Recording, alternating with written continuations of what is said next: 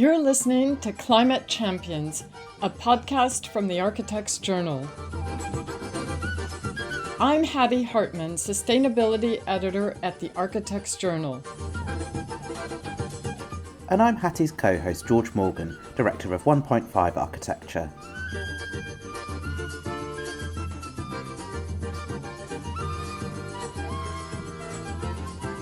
It's a very, very complicated thing, the sustainability, the world. Every single project for me is different, and I try to assess what the sustainability means for this particular project.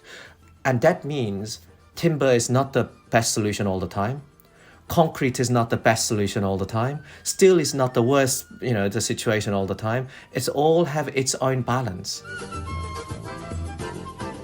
Today our guest is Je Ahn, founding director of Studio Weave and part of the AJ's 40 Under 40 cohort, which celebrates the UK's emerging talent.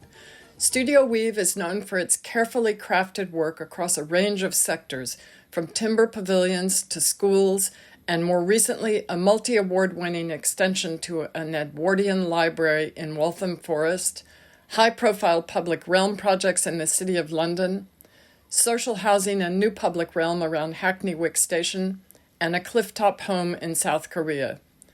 It's also important to note that since 2015, Studio Weave has shared office space with Architecture 00, with whom they frequently collaborate. Both practices are known for their razor focus on social engagement as a lens through which they approach their work.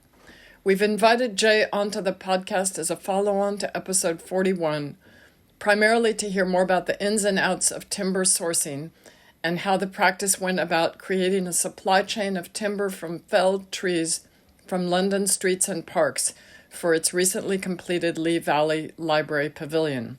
So Je, it's great to have you with us today. Let's start with the Waltham Forest Library project, which is an extension to a Grade 2 listed building. How did that project come about? Well, thank you for the invitation. So how did the project come about? It was a competition. It was tendered out as a Greater London Authority GLA's framework, and we were selected as a shortlist of practices which being invited to submit the proposal. Luckily, we won, and our proposal was actually quite simple. The site contained a number of existing trees which have been there for far longer than I've been on this earth, which I have huge respect for. The building has been there, again, far longer than I've been on this earth, which I have a huge respect for. And the quite growing community concern around the area's change because it's designated as a massive development area that the face of the neighborhoods will completely change.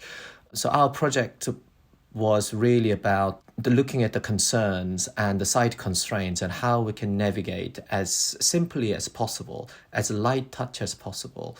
And I use word delight quite often, as delightful as possible for the users to encounter the when it was complete. So it's really great to be able to visit one of the buildings we're talking about on the podcast, because often they're in Oxford or Bangladesh or wherever.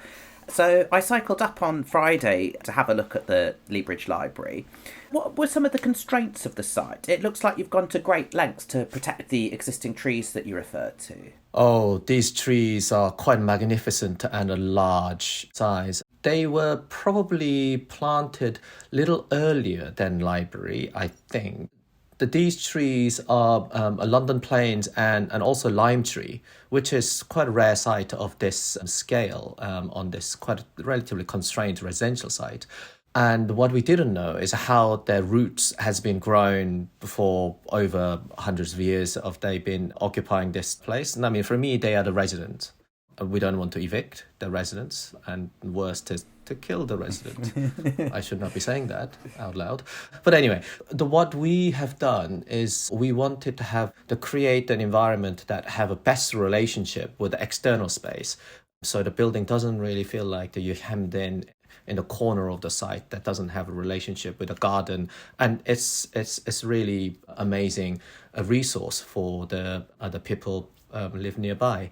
So our building was pushed up against the neighboring wall. So it almost create like old idea of orangery. It's a sunny spot and you have a glazed facade and you're looking at your garden, but inside is warm and you can have a cup of tea. Obviously there are a lot more other concerns like a number of staffings and all that kind of consideration. But when we actually started doing the project, it was far more than just trees were the constraints. And obviously it's a heritage site and we have a lot of conversation with the heritage officer, conservation officer, and make sure that we're enhancing the setting rather than just contrasting for the sake of contrasting. We also found the World War II bunker down at the basement level while we're digging. Started hitting concrete and we identified as some kind of a pathway and a relatively sizable bunker underneath. So the project started with quite a pure rectangle, and then we identified areas that we had concerns that some gymnastic might have to happen. And the reason why the building actually have a semicircular cut is to protect the lime tree in front of it. So we have the foundation is put in just outside of its root protection zone. So, and also when we were cutting around that we had a watching brief for the agriculturalist to be present on site. If we see any major root, we bridged it over. And when we actually hit the bunker, that was a whole other story. There's no way of bridging it or anything like that. So we ended up just raising the entire floor plate. That's why there's 3 or 4 steps in the middle of it. But rather than using that as like, oh my God, it's a constraint, we can't do anything about it, we use that as a squeezing moment of the building. And we told client, now we have opportunity to split the building in halves if it's necessary. And we found this amazing hinges that you can hang these large doors, large pivot doors, and they are secured with magnet and the building can be split in half. They can lease out the bottom end and then they can use the top end.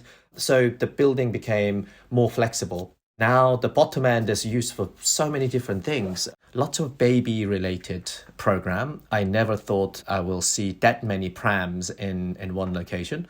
But they have MP surgery. They do like all kind of therapies in there. They have yogas and they have reading sessions. They have artist takeovers. You name it, they have it. Yeah. When I was there, a load of babies and their parents had arrived. The veranda sheltering all their buggies. And they were all sat around in a big circle while a woman from the council led them all in song. Yep. Although mostly the parents singing rather than the babies. And then at the other end of the space, up the stairs, there was somebody working on their laptops and books around. Some people it seemed that they were having a business meeting.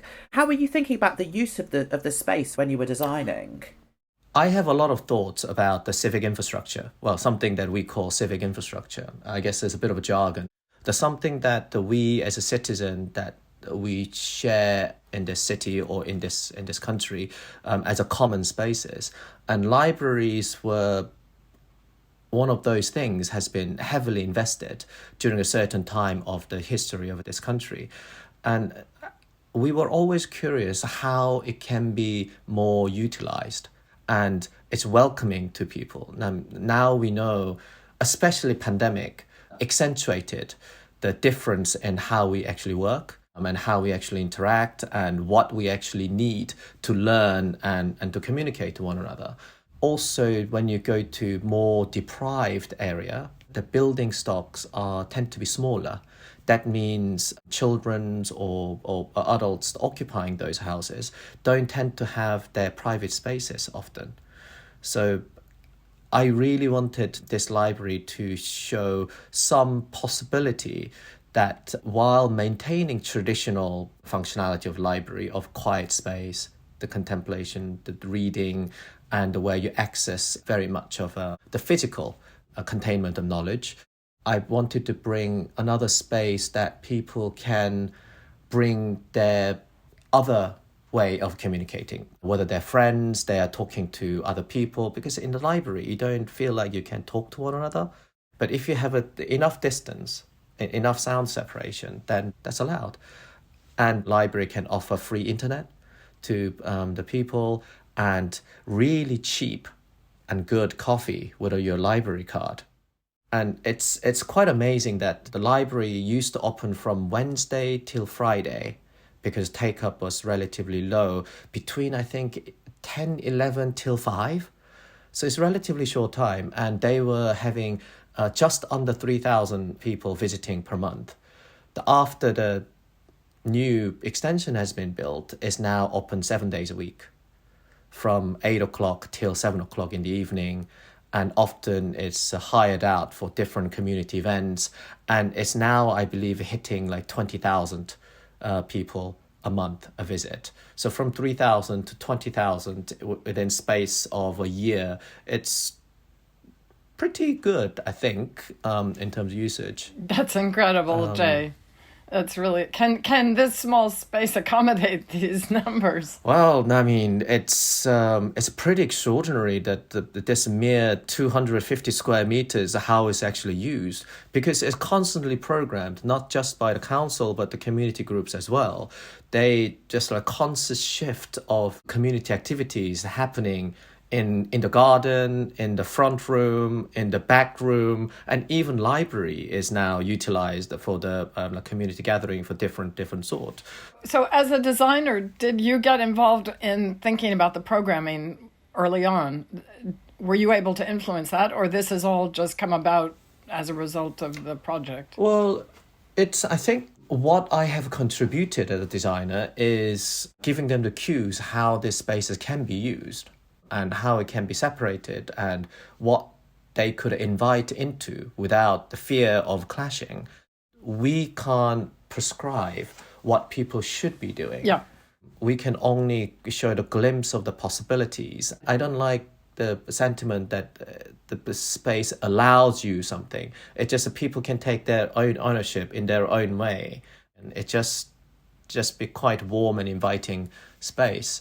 It's quite extraordinary after the school hours, if you go there, how many children are with their parents studying together. And me talking to like several parents, and I was saying, there were a couple of incidents, the mothers of these young children in their teenage group and came up to me while I'm talking to me, they found out I'm the architect, and they actually cried.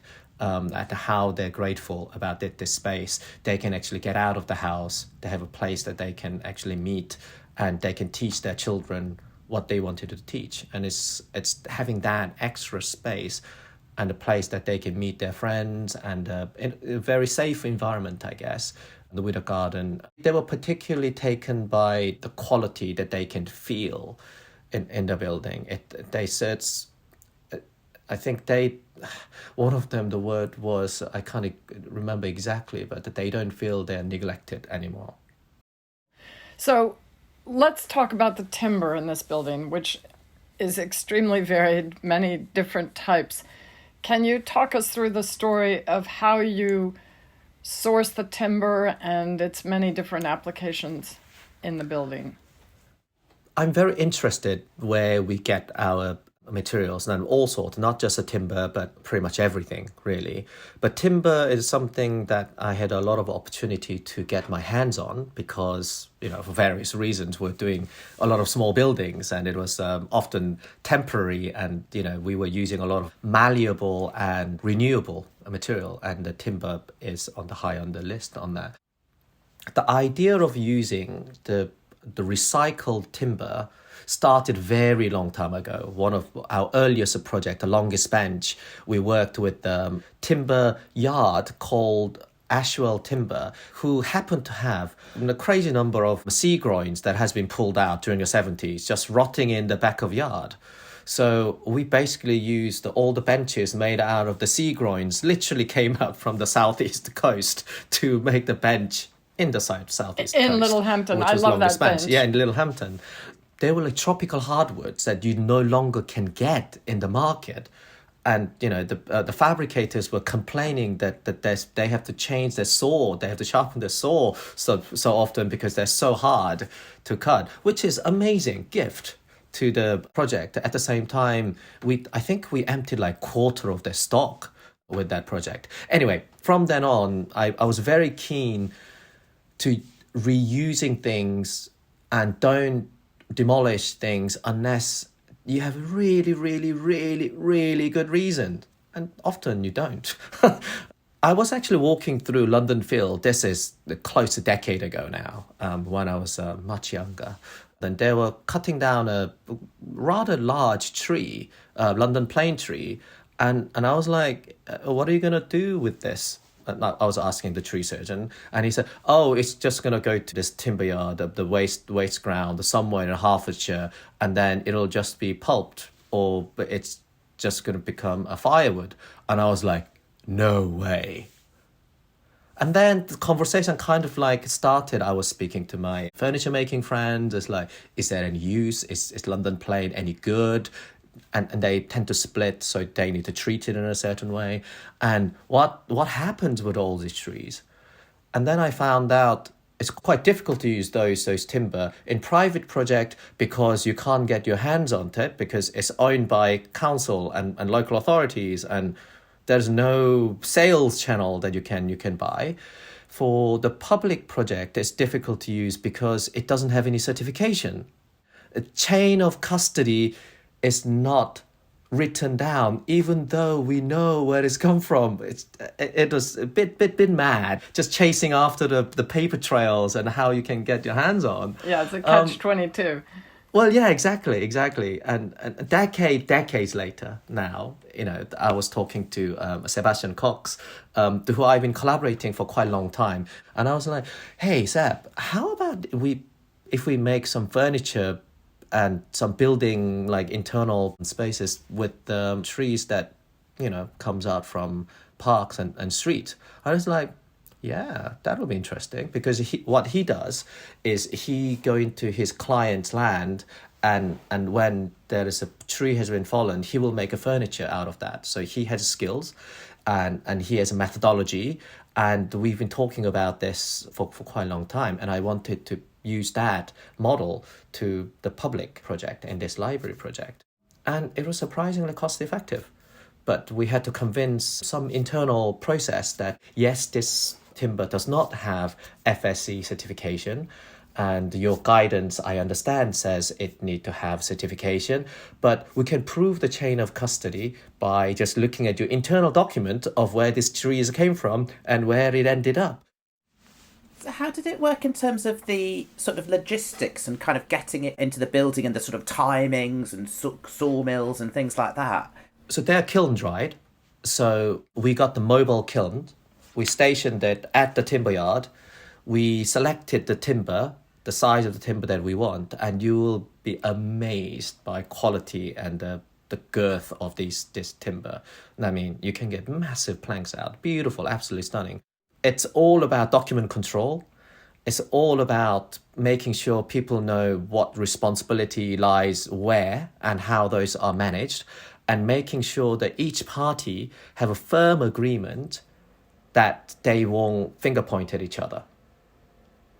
It's all about doing rather than thinking of the idea. I think thinking of ideas are quite simple. If you can't really go through all that process and convince everyone, and this can be delivered in this way, cheerleading through, it's just really difficult to make it happen. Through all the sort of public sector bureaucratic processes must be a challenge. Well, but the thing is, it's something that we all have to deal with, because public sector requires accountability. I'm not finger pointing public sector, it's wrong thing. It's just something that we all just have to work with, because it requires credibility and accountability. But the paperwork's in those framework is a relatively blunt tool. So talking about what is actually guideline, what is the bottom line, and what is the spirit of this policy was really the heart of the conversation. When you're in the space and looking at the richness and variety of the timber in terms of their appearance, there seems to be both a kind of informality to the look of it that really suits the different kind of uses that are in the space, but then also a kind of, enjoyment of the aesthetic opportunities of working with materials in a more sustainable way. There's a sort of sign of kind of aesthetic opportunities in working in this kind of way. Yeah, and I mean, how many species did we end up using? Something like 28 different species in counting as a probably more. It's kind of weird thing because we are educated as an architect and a designer. We're educated to have full control of your design and your material appearance and how they are put together, which is in reality, I mean, I'm not going to swear on the recording, but you know what I can say on that kind of things. I assume all our listeners are adults, so they probably understand exactly what I'm talking about. But when you go through this kind of process, your control of the design is trajectory, not finite, minute details, and you need to be totally ready to change the mind, change the output, change the situation to suit the requirement. Because sometimes things happen and, you just have to make the decision there and then. So I had a few strategy. A united color of Benetton approach. This needed to be organized, but random, slightly organized mess. But I had option A, if there are too many pale one comes out, what do we do? If too many darker one comes out, what do we do? All that kind of things is in my head, just option B's and C's and D's and E's just in my back pocket, and then just play with it. I think it came out as well as I thought it could. There are certain areas I look at as like, ooh, I could have changed some of that. But then it wasn't really all my decision eventually. So did you have to be on site more, or you had worked with Sebastian enough to be able to kind of trust that it was going to be okay? Sebastian is a fully trustworthy. His eye to details as a furniture maker is up there, really up there. But when you work with the general contractors and the carpenters, I'm not saying their skills are short, but their skills are honed to do a slightly different approach, that it requires more conversation on site. So I've been to site a few times, laying things out together with them. So this is a kind of the feel I'm going for. And then if you run out of things and if it doesn't quite make sense to you, just take photograph and send it to me. I will either come over or it's like we can have a conversation. So I didn't want them to have that pressure that is on them. I said, don't worry, this is on me. Let's just try to figure this out together. It's trust in the relationship. Yeah, trust is a big one. That's come out in a lot of our other conversations talking about new ways of working. Was there a cost uplift for doing this way? Well, depending on how you organized it, but as I mentioned, we separated contract completely. Right. So for the contractor, what they haven't specified of their role was exactly the same. They didn't have any unforeseen circumstances. For Sebastian, we are working to the budget.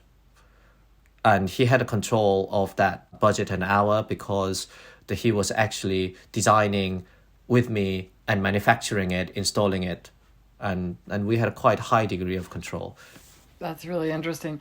So do you see a way forward for doing more of this? Do you think this can be, I don't know, mainstreamed or increased, this reuse of timber in this way?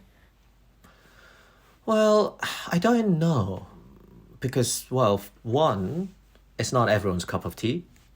Two, probably it sometimes requires slightly different skill set as what we're trained as an architect. So it's more bespoke, almost furniture making. Oh, this is a very completely bespoke. Yeah, you need to have a kind of different control. In exchange of letting go of some design control, you need to have a really good grasp of contract control and communication control, because that leads to design, if you know what I mean. So in the bigger practice that you're working in the team, and I don't know how you can systemize this quite yet. Now there's a company called Saunders Seasoning. I think they have a new name.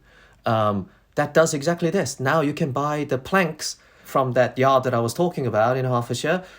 It's available for the furniture maker to purchase. But because it became product, it's not cost effective for many things now. So the long side of the building, looking out onto the garden, faces kind of east-northeast and is shaded by the veranda. So it's got a layered but visually open transition between inside and outside, and this also helps shade the building from overheating. So what was your approach to thermal comfort and the energy use of the building? High priority. I mean, really, really high priority. That facade is actually looking onto the southeast facade. The glazing is facing southeast facade. But great thing is having this majestic size of the trees. They are fully covering those glazing. I mean, it's like fully covering during the height of the summer, springs and autumn when they're slightly sparse.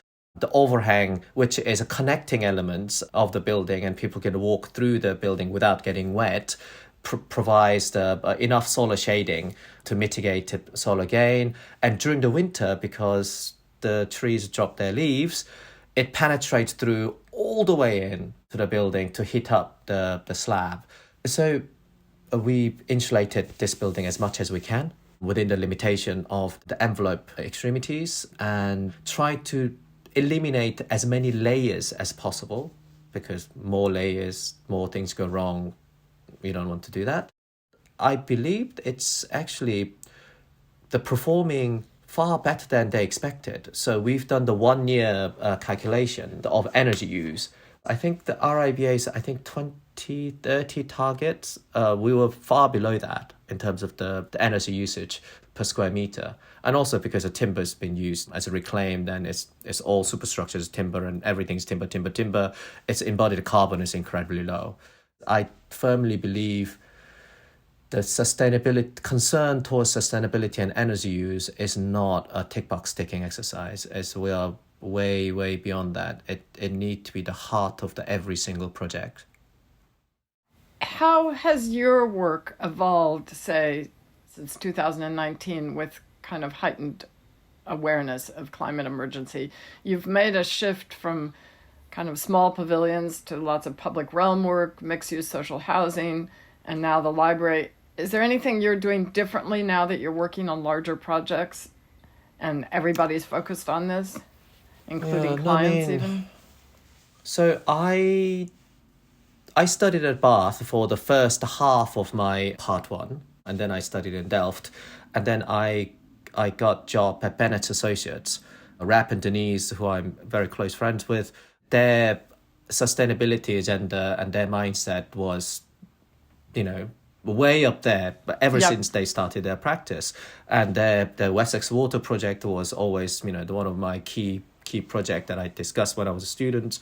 I don't like throwing things away. I don't like wasting bits. I guess that's just my personality. So I never thought sustainability is something that is a marketing tool or anything like that. Obviously, when I design something, I want it to be reused. I don't want to design something that is single use. If I'm designing something for a client, obviously I want them to use less energy. Less energy equals less money.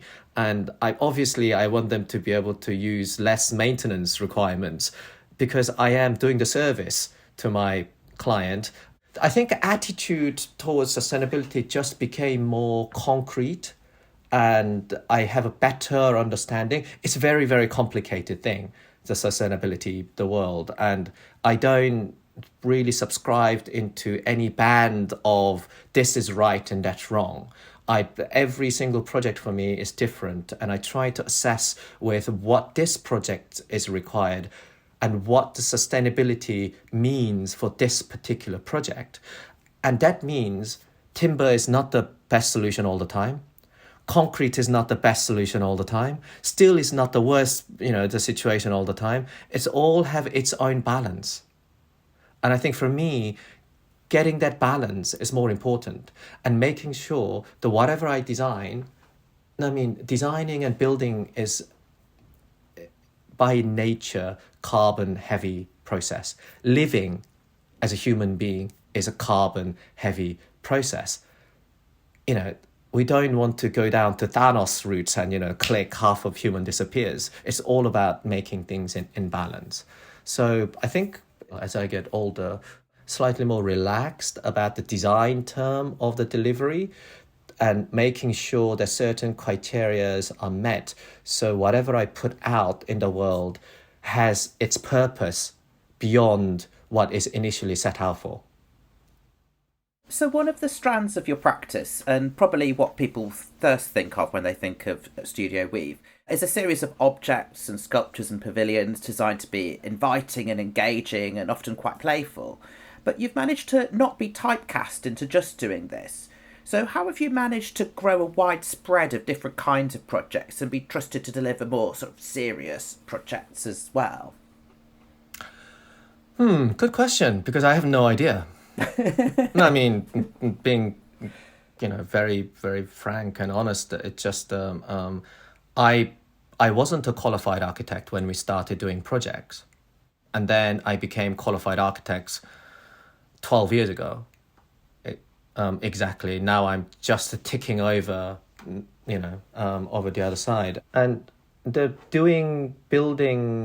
designing buildings obviously requires a lot of trust and trusted people. And as someone who came to this country and became British, my network and the level of prowess to the network, it's not same as who was born and raised up here. So it probably took slightly unconventional route. I was incredibly fortunate to have those opportunities to design things in the world to quite a public way. But you're right, I think it's still quite difficult for us to be understood as a proper, and I'm using quote mark, proper architects doing, again, I'm going to use a quote mark, serious buildings, because I don't know what that actually means.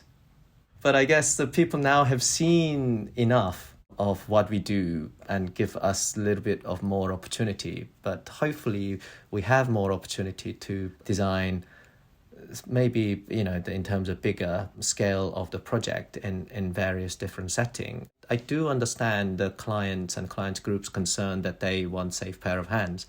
Unless you're a professional client working on several delivery of building at the same time as a developer, the cultural project we're working on, most of people will do maybe 2, 3, even you're a CEO level in their lifetime. So yeah, I do understand their concern, but I think we're okay. We can design and deliver buildings.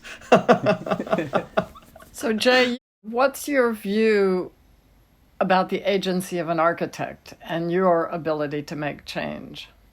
For me, it's more about our agency as a citizen with a certain skill. And I don't particularly bind that with the profession of being an architect. If you're an architect, you provide service. You provide service to the client to a way that your best ability. And as a citizen and as someone who live in this world, that you are in tandem with your profession, pure functionality of an architect with your personal thoughts and your moral the baselines. So before we wrap up, tell us a little more about your own journey coming to the UK at age 13 from South Korea. Why architecture? And you've mentioned the places you studied, you've mentioned working at Bennett's. What were sort of the key turning points along the way that you would say have gotten you to where you are today? Accidents.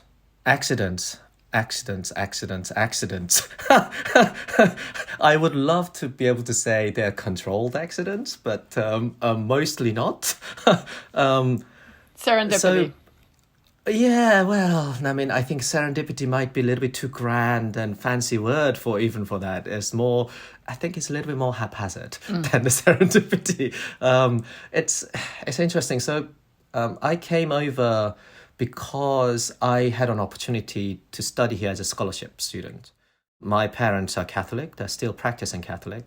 I'm not practicing Catholic, but I had the opportunity to go to boarding school, Catholic boarding school, through entrance examination and got the scholarship to be here. I came from very rural background in South Korea. Shall we say, very different level of a working class. And that was incredible, the opportunity for me and my brother to be able to do that. Way that I have chosen architecture, again, it wasn't because I wanted to do architecture. There is quite a good reason for that. It provided the course setup that I can remain UK long enough to become permanent resident. I don't know whenever I explain this how people would take it, but that's really, really honest truth. I was very panned out. Yeah, well, I guess so. I was very, very good at maths. I was very good at naturally physics, and I was good at art. So a career advisor would say, well, you probably can do medicine or architecture. Those were only two courses that long enough that I could legally stay in the country long enough to gain indefinite leave to remain. Okay, now cat's out of the bag. Now everyone knows. And then I went to Bath, and again, the reason I went to Bath was they offered me scholarship. And during my study at Bath as a scholarship student, I became resident in UK. And then I went to Delft. And then that was such a free moment that I wasn't bound by, all the arrangement, the financially that I'm kind of dodging. And yeah, I came back to London completely broke and got a job at Bennett Associates. That was lucky. I came back with really long hair. I still have long hair, but like the colored blue. And I turned up in my interview in my shorts and flip-flops, and Denise interviewed me, and yeah, we had a good chat. But they somehow saw something beyond that Dutch tainted facade and hired me. I had a great time there. You initially set up Studio Weave with Smith Murdoch. Before I went back to university, me and Smith had the opportunity to submit a proposal for London Architecture Biennale. I think in 2004, maybe. And our submission was selected to be built.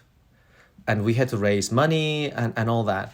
And I was like, I don't want to spend a whole year just doing this. I need to either earn money or I have to finish my university so I can earn money. So both myself and Smith used that project to be qualified as our architectural submission for the university. Bath, unfortunately, could not accommodate that because their system is slightly different. And we met Robert Mull. He has been, again, quite a big influence in my career path. He started this thing called the Free Unit in London Met. And he said, yep, we probably can do degree students, because he set that up as a master, like diploma students. But he accepted us as a part one. It was a huge gamble for him, huge gamble for us. But luckily we passed. And then we stayed on with Robert doing Free Unit. So we delivered the Freya's cabin. We delivered Longest Bench while we're studying. Yeah, but the Studio Weave just started haphazardly in that way. But with the Free Unit as a sort of launch pad or sort of incubator to help you kind of get going in a way.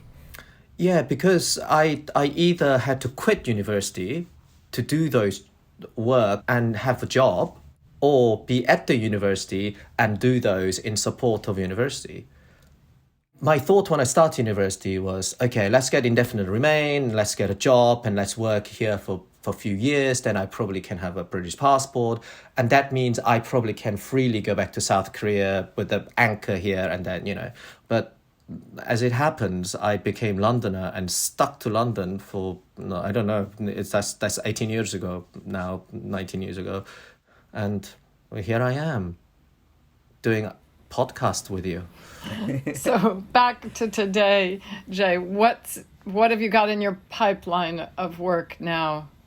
We have actually quite a lot of building project at the moment in various scale. The project we're just finishing is we have a deep retrofit barn in Isle of Wight.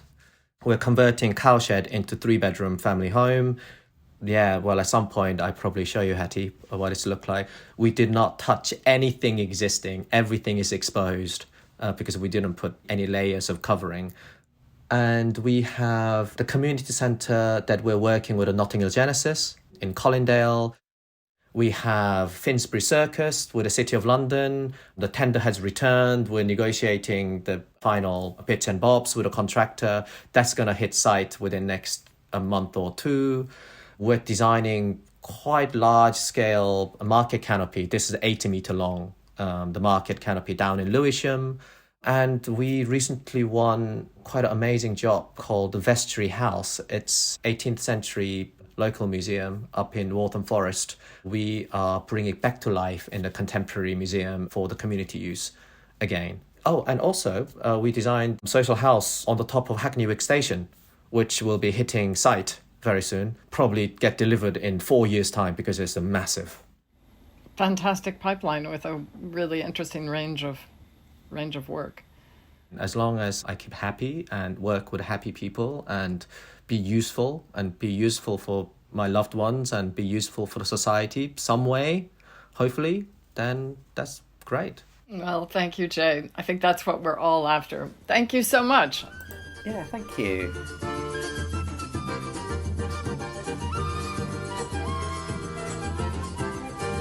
Our next guest is Lauren Shevels, Lead Retrofit Innovation and Delivery Officer at Westminster City Council and a co-founder of ACAN, the Architects Climate Action Network.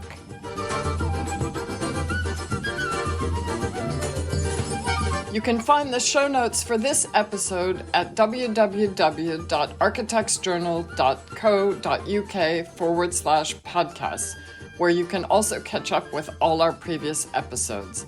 If you're enjoying Climate Champions, please subscribe and do rate us on your favorite podcast platform. It helps people find us.